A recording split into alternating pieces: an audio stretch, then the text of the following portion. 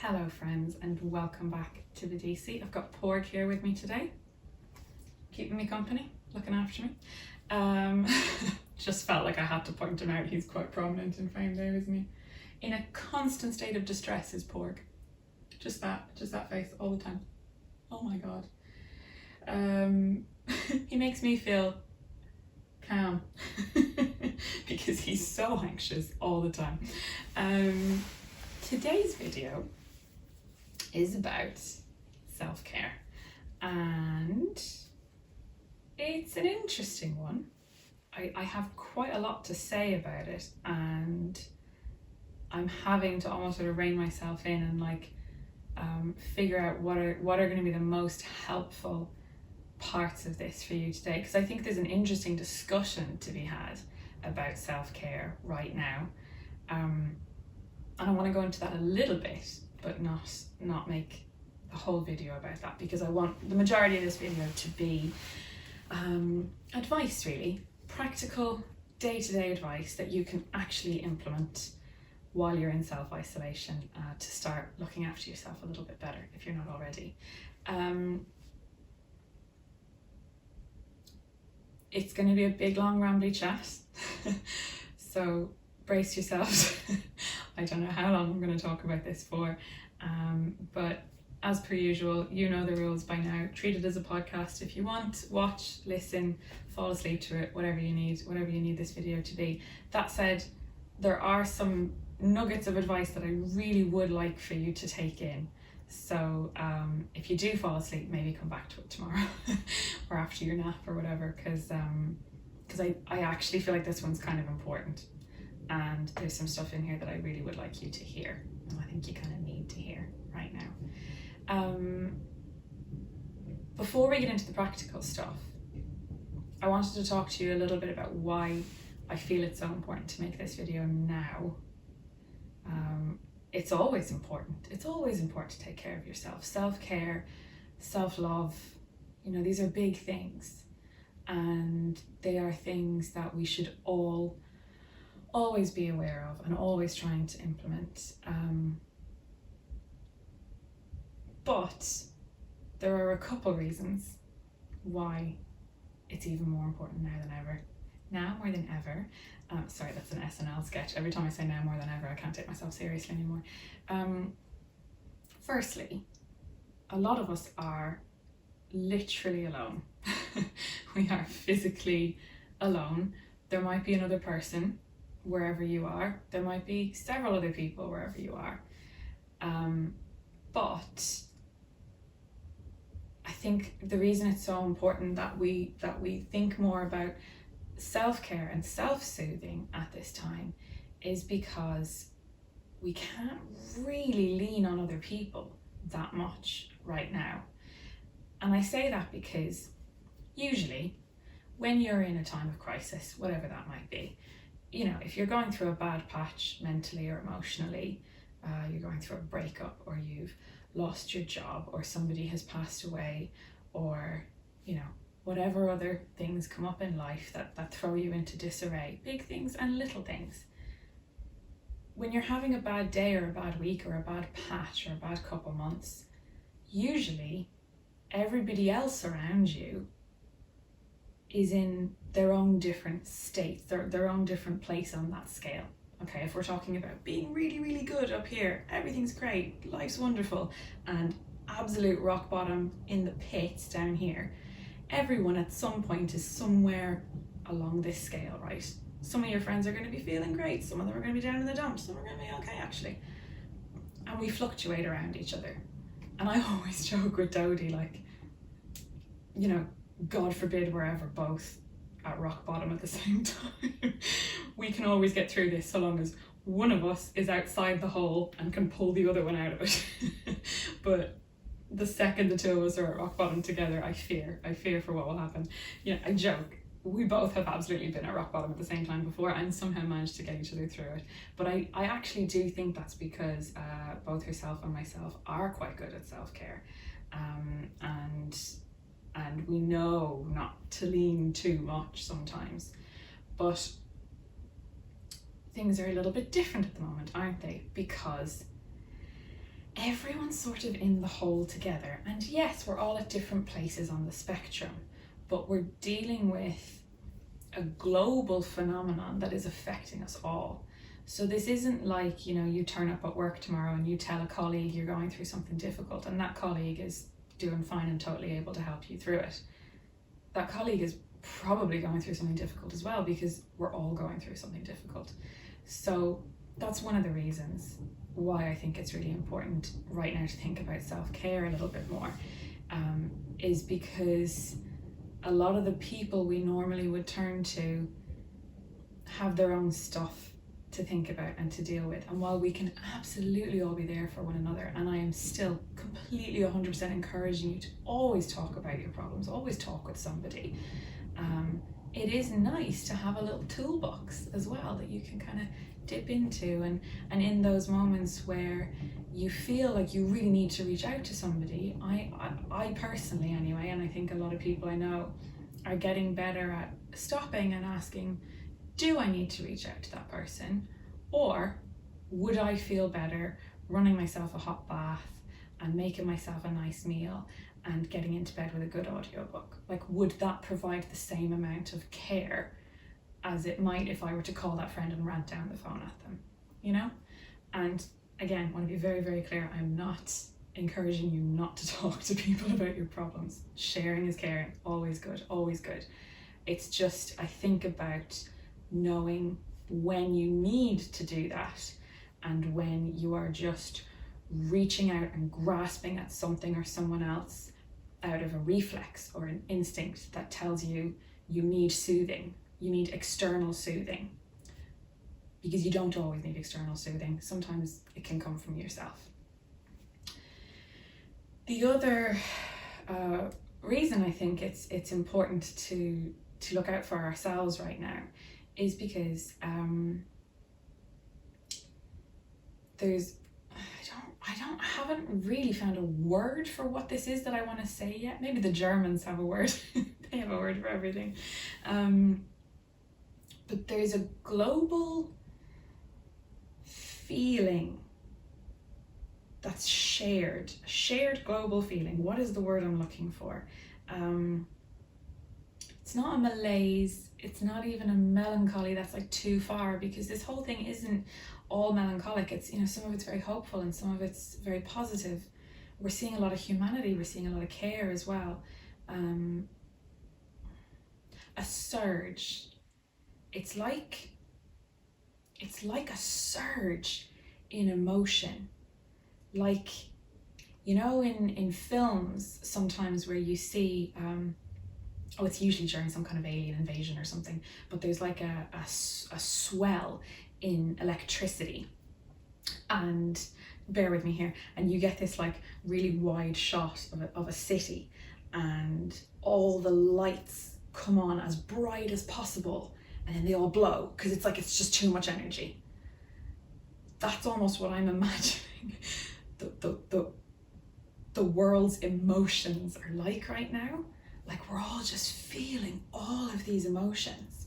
And I have this really helpful chart. I'll link to it below, actually. When I was doing therapy, CBT therapy in particular, they give you this emotions list, and it's to help you deal. I'm emotionally dysregulated. Not right now, but it's a thing. It's one of the symptoms of BPD, and PTSD is emotional dysregulation. So where, I guess the easiest way to describe it is just your emotions are disproportionate to the situation sometimes. Not all the time, but sometimes a thing will happen and you're bringing past experiences to it. So the emotional reaction you have to the thing that's happening in the present moment is much bigger than it needs to be, because actually you're reacting to something from the past. You just don't know it. Why am I going into all this? That's a separate video. Okay, point being, for people who are emotionally dysregulated, everyone at home with BPD is like, yes, Hazel. Yeah, we know, we see you. You get this list of feelings, because a lot of the time when you try and describe how you're feeling to somebody, you're like, I feel a bit bad. You know it's a negative emotion, but you can't quite put a word on it. And then when you go through this list of emotions, you realize that what it is actually usually a fun cocktail of emotions. And you know, when you sit and go yes, no, yes, no, yes, no to all of them, you find that maybe you're feeling 10 emotions on this list. You just didn't really have words for it. So for example, right now, I'm gonna guess. I'm gonna go with what I've been feeling lately, and you can play emotional bingo. You can tick off all the ones. This is ticking, by the way. That's my mind for ticking. You can tick off all the ones that you're feeling. Okay, so lately, here are some emotions that have come up for me. Okay, anxious, worried, scared, concerned, alone, lonely, confused, uncertain, unstable, angry, frustrated, trapped, isolated,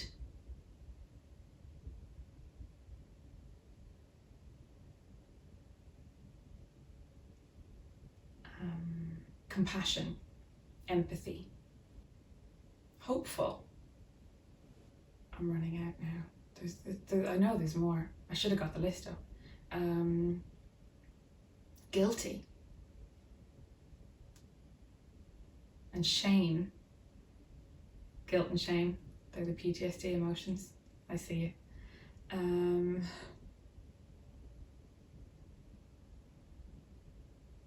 Happy. I've been happy and joyful.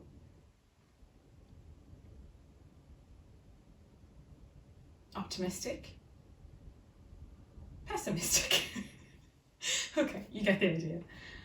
The point is, usually when you go through this emotions list, you're feeling a couple of the emotions at any given time.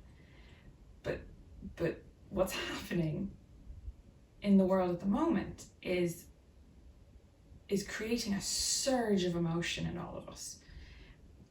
Because there are all these big scary things that are happening, and they're bringing about big scary feelings of fear and isolation and uncertainty. And then we're being told, you can't live your life the way you normally live your life. And we get angry and frustrated, and we're stuck in our houses feeling trapped. And the things that we were meant to do, the plans that we had in our personal and professional lives, they're being cancelled. We're facing financial trouble. We're facing a summer indoors. We're facing huge concerns and worry about our loved ones, about ourselves, about the state of the world. And we feel disappointed, and we feel sad that our lives are changing and that individually we have to deal with all this. It's like, it's not fair. I shouldn't have to deal with all this. And then we feel guilty. Because, oh God, I'm a terrible person. Look at me sitting here complaining because that music festival was cancelled, and I've lost a brand deal, and my book tour isn't going ahead. And I don't know whether my book tour is going ahead. That's a hypothetical. These are all hypotheticals. These are not about me. But yeah, we're sitting here feeling sorry for ourselves about our specific plans changing, and then we feel guilty for feeling that way because there's people on the front lines putting their lives at risk to look after other human beings. And then we're reminded of those people on the front lines putting their lives at risk to take care of other human beings, and we feel such care and compassion and gratitude and a sense of community and hope for the future. And then we think about, oh my God, what if something happens to those people? And suddenly then we're back to scared and confused and uncertain, and it just goes round and round. And there are so many feelings, and they're in the air, just like that virus. They're all floating about, and we're all absorbing them from one another. We're absorbing them through the news and through Twitter and social media. We're absorbing them from the people in our houses around us. And it's this kind of, this perpetuation of it, and they're all building and swelling, and that brings me all the way back to that weird analogy I had about all the lights surging and popping. That's how it feels for me right now, is that like, that's where the world is at. We are all feeling all of these emotions that we don't usually feel all at the same time. And the people and things that we normally go to release those feelings aren't necessarily at our disposal right now. And that's sort of like, to me, to help, I guess, for you to visualize that. What I mean when I say the people we normally, or the things we normally put those emotions into, I see feelings as a sort of energy. You know, it's like, God, I'm trying to remember third year science. There was like kinetic energy and light energy and heat, and you know what I mean? Like, there's different forms of energy, and one can become another, and one can be transferred into another. And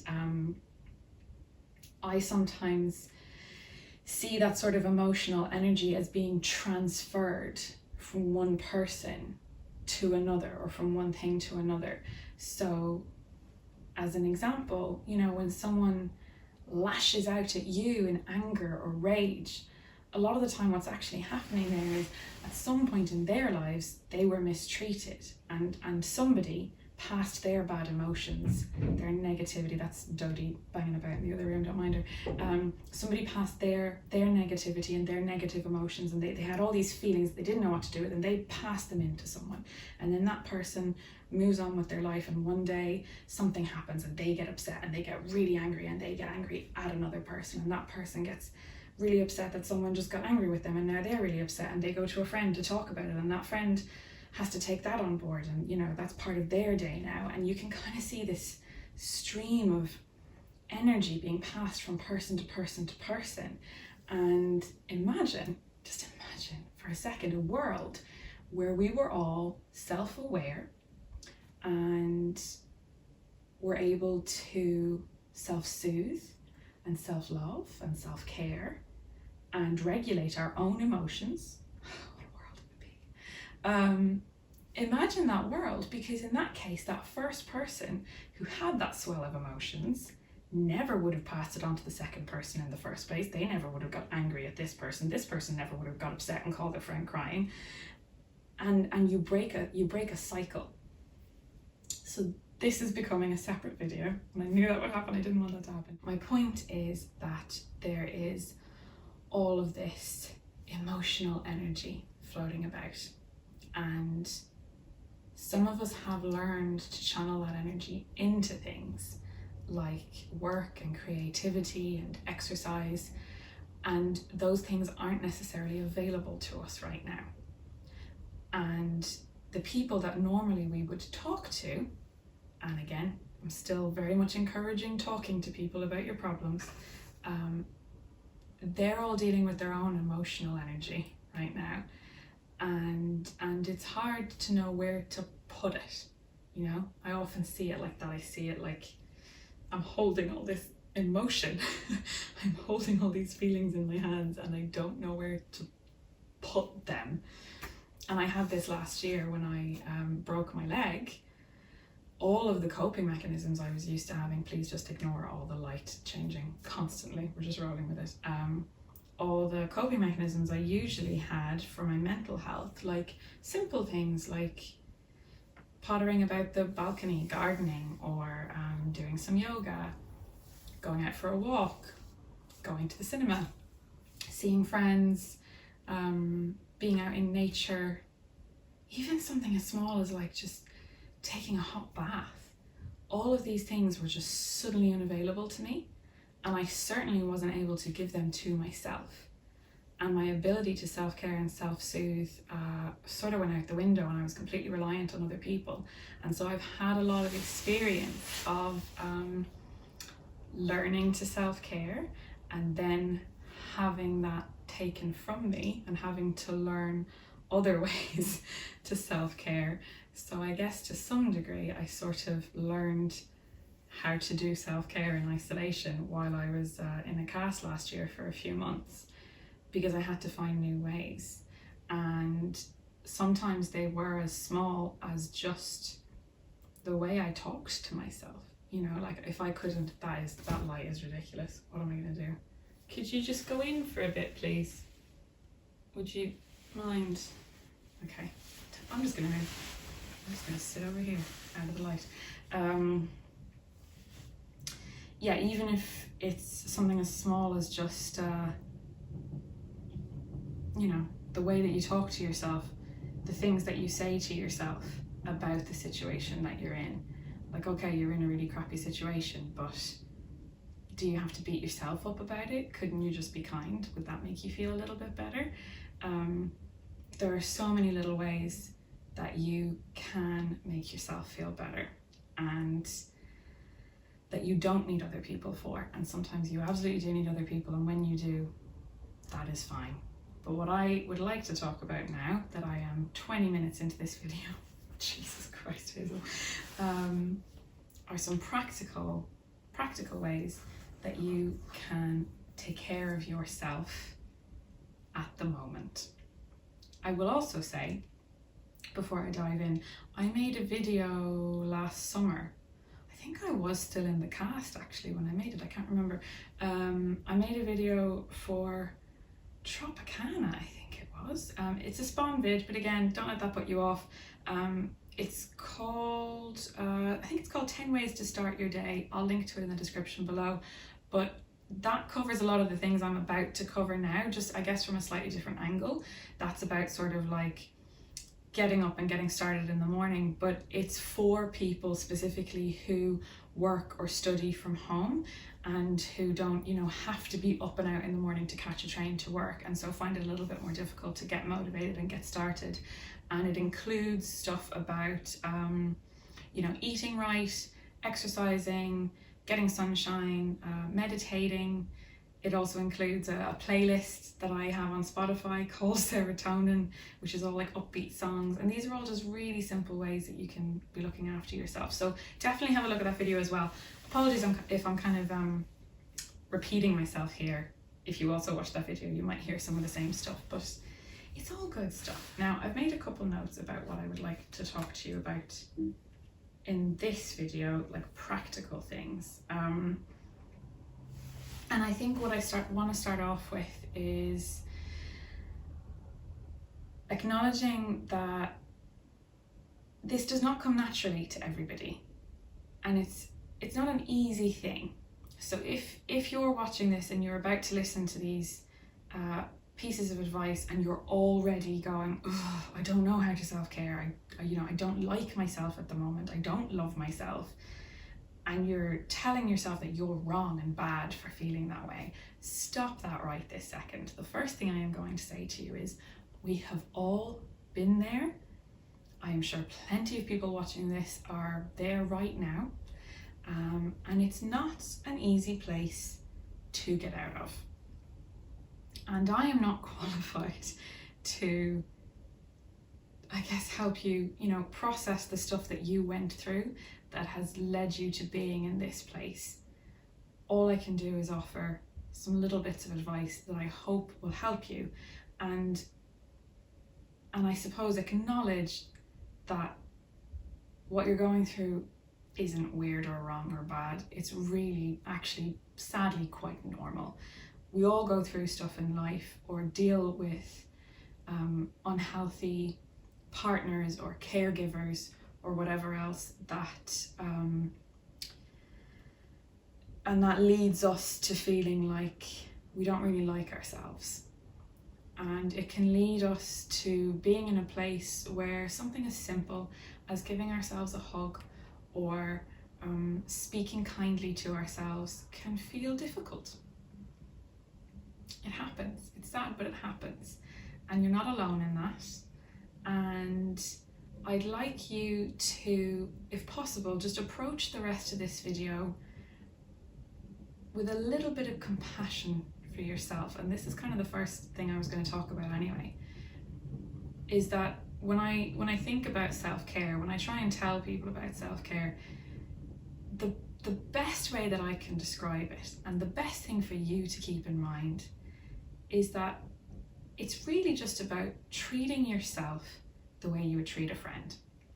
So at any point during this video, if your brain pipes up and starts telling you you're a piece of shit, you're not very nice, you're not good, you're not worth the effort, you're not whatever, right? All these horrible, stupid things your brain wants to tell you.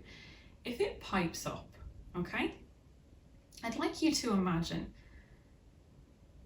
that your brain is saying that to a good friend of yours. I'd like you to think about someone you really care about.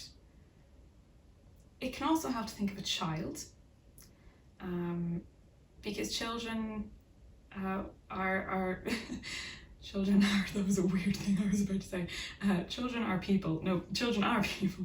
They are the kind of people who we naturally want to give care to, right? So if you imagine that thing in your brain saying those horrible things to a little kid, would you let it do that? No. You'd say, hold on, stop speaking to that kid that way. That's really mean. They don't deserve that. They're just a kid, okay? Or if it's a friend you're imagining, and you're imagining this big mean brain, now it's now a 6 foot tall brain in my head, you know, waddling because it doesn't have legs. Jesus, Hazel. It leaves a trail of slime. It's like a massive brain. This is how I'm imagining it. It's sort of like a snail, but it's huge, and it just sort of slides along and waddles a bit, and it leaves a sort of brain slime trail. What's wrong with me? Why is that the image that's coming into my head? But anyway, this brain comes up to your friend and it's like, you're a worthless piece of shit. You're not worth spending time on. I'm not going to take care of you. You'd be like, hold on. Don't talk to my friend that way. That's something Anna Akana, actually, she has a video on. I will link to that in the description as well. It's a really good video. Anna Akana has a video where she's like, don't be mean to my friend. And that's something that me and my friends often say to each other. You know, when we're being hard on ourselves, we'll say, don't be mean to my friend. So that is really, it's a weird way of getting to it, Hazel. That's really the first thing about self-care that I would say is it's difficult, but imagine at all times that you are a very good friend of yours, someone you care about very deeply, and ask yourself how you would treat that person and treat yourself the same way. And that suddenly opens it all up. It suddenly makes it so much easier when you can stop and do that. And actually, here's a really good tip. You can think me mad, I don't mind. I'm just gonna get a little prop that I keep over here. We're just gonna move this slightly because that sun is a bit too, I've completely wrecked it, okay. This is a photo frame that I keep, that I've been keeping since I was doing work in therapy on communicating with little Hazel and learning to care for her and self-care and learning about child modes and all that kind of stuff. If you know what I'm talking about, you do, and if you don't, and that's fine. But I keep a picture frame. Can you see her? Let's have a little look at there she is. She's in a very pretty dress, always in very pretty dresses, and I don't know what she looks slightly worried about something, but in a mischievous way. I just like this picture. She seems happy, at least. Anyway, here she is in the snow. Sorry about the light, you can't really see that. But there she is standing in the garden in her hat and boots and snow coat. Just delighted with herself. And anyway, I'll just focus that back on me. Anyway, the point is I keep this and I keep it in my room for when I'm feeling down. But not just that, for days when I don't know, I've been writing all day or editing a video or doing something that neglects my basic needs, and maybe I haven't taken a break, or I haven't fed myself properly, or I haven't meditated, or I haven't just taken a moment to stop and check in with myself. I see this on my dresser over there, and I see little Hazel and I think she needs care. She's still in there somewhere. You know, she's still a part of me, and we're all just big kids at the end of the day. We all need looking after. So she's there to remind me to take care of myself, like I would a child, like I would little Hazel. You know, if she was here right now and I hadn't fed her all day because I was so busy writing, can you imagine just not feeding a child all day? You'd be hauled off to prison. So the legalities aside, yeah, it helps to remind me that that I need taking care of in the exact same way that she would have, and it helps me to see myself as her. So I would massively recommend to anybody that if you have some cute child photos of yourself, you keep them out in a place that you can see them, and it'll serve as a nice little reminder to be kind to yourself and to take proper care of yourself. What I have learned over the years is that you really can fake it till you make it with this stuff. That a lot of healing is actually just about changing thought patterns and literally rewiring your brain. So I'm sure a lot of you have this with some aspect of your life, but you know, when you think about a thing, maybe every time you do a certain activity, like every time, for example, every time I moisturize my face, I remember my sister always said, whatever creams and moisturizers you put on your face, always put them on your neck as well. She always would say this, and still does. Literally, when I saw her at Christmas, I was moisturizing my face and she saw me and she was like, remember to do your neck? And I was like, yeah. Because this needs moisturizing as well. And every single time I moisturize my face now, I hear her voice in my head and I remember to do this, and it's just become a thought that's associated with an action. And that's how brains work, that's how people work. We're creatures of habit, and our brains are wired into behaviors and rituals and patterns. And so if you can, if you don't necessarily feel the feeling behind a behavior, for example, taking care of yourself, like if giving yourself a big hug, if that I know I look ridiculous, I know I look silly, I don't care. Oh, it feels really nice though. I mean, if nothing else, it's a nice stretch. Oh, and you can really just kind of just imagine it's a nice big hug. If doing that feels absolutely bonkers to you, I don't care, just do it anyway. Because if you start doing that kind of thing, and initially that the feeling of love and care and giving yourself a hug isn't there, don't worry about it. The act in itself is going to be providing a benefit. Because when we are hugged, physical touch releases oxytocin in our brain, which is a bonding hormone, it's a feel-good hormone. So when you're doing it, when you're doing that, the physical act of doing it, whether I care about it or not, whether I feel anything about it or not, this is, as I speak, releasing oxytocin in my brain, and it's giving my brain a sense of being physically touched and physically cared for. So if I were to do this every single day, but without the intention behind it, eventually I would be feeling the benefits of it anyway. So if you need to be a little bit more scientific about it and not hippy dippy, then just accept that the scientific benefits of nourishing your body, eating good food, getting exercise, getting vitamin D and serotonin from the sun and from exercise, the serotonin boost you get from listening to really happy music,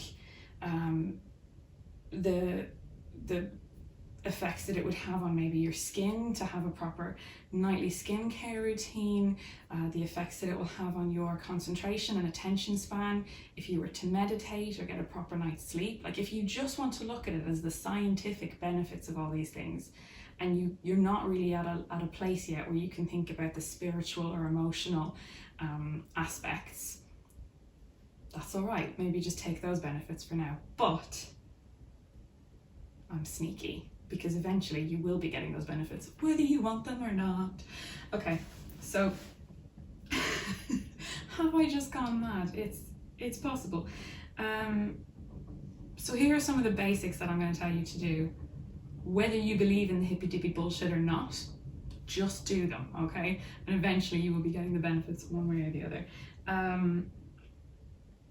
Basics are your basic needs. So if you wake up on a day where you feel like crap and you can't imagine doing anything really, you can't even imagine getting out of bed, you can't imagine doing your job, you can't imagine calling your friends or family to check in, you can't imagine going for a walk, if you can't do those things in a day, all right, stop, forgive yourself for a start for the fact that you can't do them, And then let's just look after your basic needs.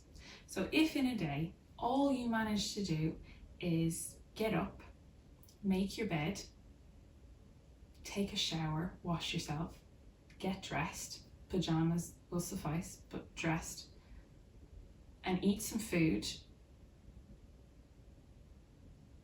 yeah, I'd consider your basic needs covered in that day. There might be some other things I'm missing, but start there. Start with the basics.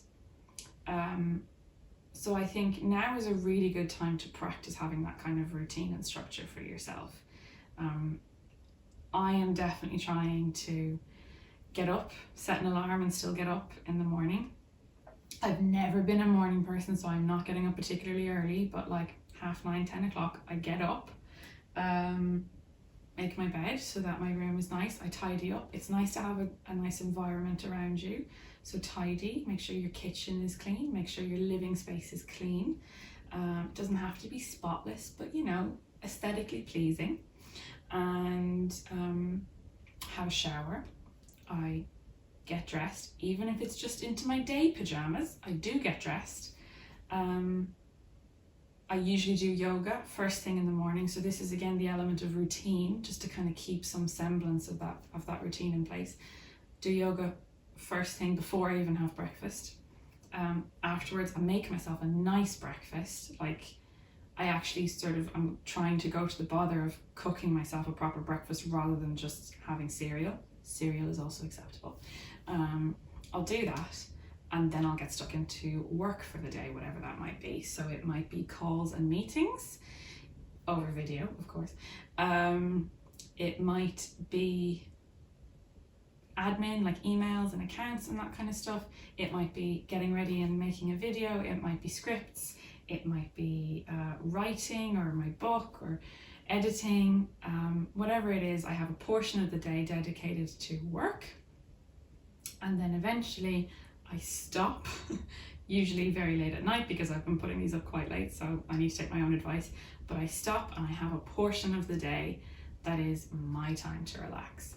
So something I am trying a little bit at the moment is to not be looking at screens all the time, because I think if you're anything like me, you're probably finding that you're sort of doing all your calls and meetings and social interactions over screens, and you're working on a screen, and then at the end of the day you go to relax and you turn on a screen. Yeah, so maybe try and have a portion of the day where it's a bit of downtime, but maybe not on a screen. So listening to a podcast, reading a book. Reading is so good for you. Genuinely, research has proved that 40 minutes of reading fiction in particular helps you sort of access a different part of your brain, to access your imagination and reduce stress. So if you're feeling stressed, read a book. Knitting, crochet, meditation, colouring in. I've got a colouring book. Sometimes I just stick on music or a podcast, and I'll just sit and colour in a colouring book for a while. I find that really therapeutic. So there's loads of things that you could be doing that don't necessarily involve a screen, and I think it's good to give yourself still that balance in the day where this is my designated time for food, for exercise, for work, for leisure. Do set yourself limits. I think it's really important. And then before I go to bed, I have my skincare routine every day. Wash my face, properly wash it with a flannel and hot water and a nice balm and stuff, and it feels really good. And then I'll moisturize a couple times a week. I might exfoliate. But the simple act of, this is one of those things where I talk about it sort of tricking you. Skincare on the surface is about on the surface, it's about your skin, it's about your appearance. It's something that you want to do so that you look good the next day. But actually, me telling you to look after your skin and to moisturize has an added benefit, because you're getting a little touch out of it, aren't you? You're getting some physical touch. So when you're doing this, it can actually be really relaxing. And again, it's releasing that sort of oxytocin, and it's that feel good sensation you get with physical touch and intimacy.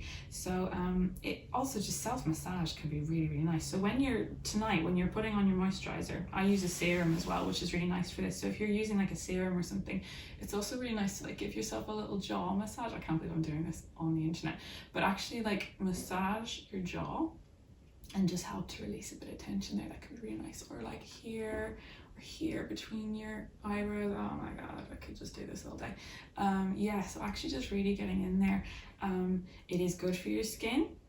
I don't know why, you can ask a skincare expert about that, but it stimulates something or other and is good for your skin, in the same way that like massaging your scalp is good for your hair. That's another thing, you know, when you're in the shower, give yourself like a really good massage. Get in there like properly. Like imagine you're at the hairdressers and you're getting a really good scalp massage.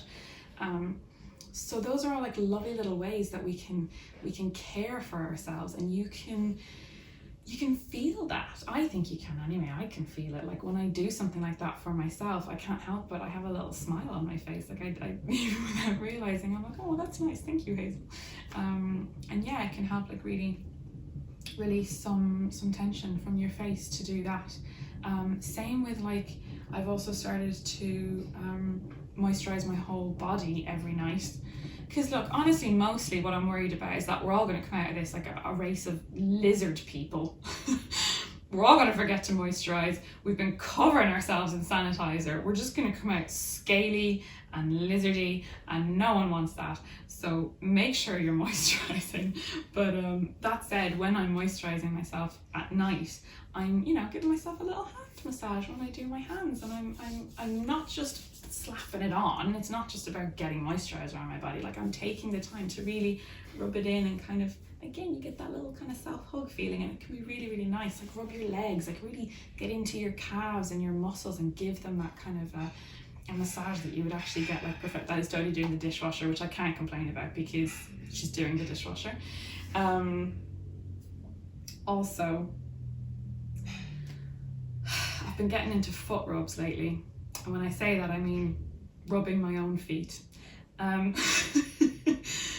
Should we do a foot rub video? Is that weird? Is there a Tarantino problem with that? I don't know, but it's something I got from yoga with Adrian. Sometimes when she has you in like, be careful, in a cross-legged position, she'll have you sort of get your foot and actually like give yourself a massage. And I loved it so much that I started doing this myself. At night sometimes I'll get massage oil and just light some candles and just sit and put on some nice music and just literally sit up in my bed and just massage my own feet for a little bit before I go to sleep, and it's so nice. If you want a foot massage video, let me know. I fully will do it, even though I feel ridiculous, because fuck it, we all have to do our part, don't we? Yeah, genuinely, it is really, really nice.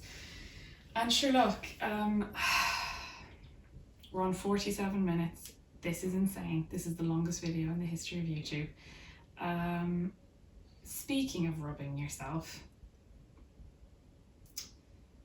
is she gonna say this online? Yeah, why wouldn't I? Look, masturbation is absolutely a normal, healthy thing that you could and should be doing. All right? We all know it releases lovely chemicals into your brain that makes you feel real nice, and on top of that, it really is just an extension of self-care and self-love. It's an extension of you feeling yourself enough to want to do that for yourself, and loving your body enough to want to be intimate with it like that. And I happen to be a huge advocate of masturbation. I think in moderation and in a healthy fashion, of course. I think it can be really a very lovely act. And in the exact same way that I say, you know, don't just slap on your moisturizer. It's not about just getting it on your skin and getting the job done. I feel the exact same way about masturbation, to be honest. I think a lot of people see it as a sort of a functional thing. You know, you just sort of have to do it because you feel a certain way, you feel kind of horny, or you feel like you need a release, and so you just give yourself that release and bish bash bosh, job done. And that's not how we should look at it at all. It should be in the exact same way as when you're moisturizing your face, or you're putting moisturizer on your body, or you're giving yourself a foot rub or whatever. It's about tenderness, and it's about care, and it's about intimacy. And fuck it, I'm just gonna tell you that when I do it, I was gonna say I make a big deal of it. I don't make a big deal of it, but I'll set the scene a little bit. I will. I like to do it when my bed is nice and made, and I've lit some candles, and I've got some music on, and I have some time alone to myself, and it's not just this like afterthought, just doing it quickly before you fall asleep or whatever. It's setting a scene, and it's making yourself feel comfy and cozy and safe, and it's almost, I guess, it's being romantic with yourself. It's treating yourself, coming back all the way to the thing I was saying earlier of the way you'd want to treat a friend. When I think about masturbation, I think about it as treating yourself the way you would want to treat a lover, the way you'd want to treat a partner, and you'd want to make sure that they were comfortable, and you'd want to make sure that you were pleasuring them and turning them on, and that this was a nice experience for them. And in the same way as you might want to put on lingerie when someone's coming home to you in the evening, or light some candles, or make them dinner, or put their favorite album on, or whatever, you can do that for yourself. Like, you can romance yourself. It's so important that it isn't just about a quick act, a quick physical act, because it can be so much more than that, and you deserve more than that. Treat yourself like you would a lover, romance yourself, date yourself, and don't see it as spending time alone. See it as spending time with yourself. And genuinely, because this is now 50 minutes long, oh my God, I am going to stop talking, but I think that's a really nice note to end on, is that in this whole thing, we're looking at self-isolation as a sort of a sentence, like some kind of prison sentence, like we're being forced to spend time alone. God forbid, we should be by ourselves for a bit. And I'm not undermining it. It is really difficult, and we are social creatures, and creatures that crave community, and I miss it. I miss my friends so much, and I miss my family. I was due to go back to Ireland soon, and I'm not going to get to do that, and I'm not trying to undermine it at all, but I just think that if, instead of looking at it as being forced to spend time alone, we could see it as choosing to spend time with ourselves, on ourselves.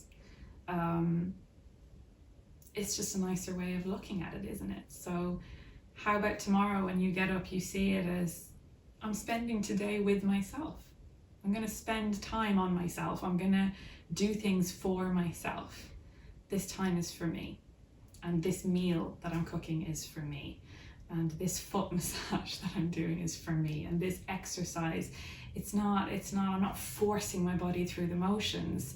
I'm doing this thing for me, and it can open you up to just looking at things a little bit differently, and feeling about things quite a lot differently, and then bringing it all the way back to what I originally said about this surge of emotion, and all this energy floating about, and we don't know where to put it, and everyone has so much going on. If you kind of go through all the stuff that I've just talked about, then what you end up with is a world of people who are all tending to their needs, spending time on themselves, spending time bettering themselves, taking care of themselves, soothing themselselves, and therefore having more to give to everybody else, and therefore just sort of being better versions of themselves, who then enter back into that community that we so need and so crave, with a little bit of a different energy, and bringing a different energy back into that mix when everything is so heightened and so scary and so much. If we could all just bring a little bit of peace and calm and self-love into it, I think we could change the flow of the energy slightly. Okay, you're getting a real insight into actual Hazel these days. I don't know that I've talked to you in such an open, honest fashion in such a long time, and it feels really good, and I hope that everything I've said here today lands the way I intended it to.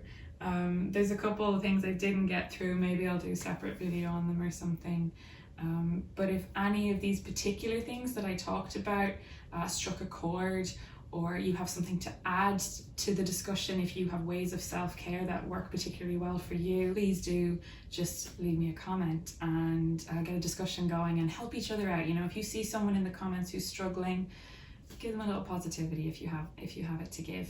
And wow, yeah, Jesus, is that all going in? I guess so. Okay. Swan.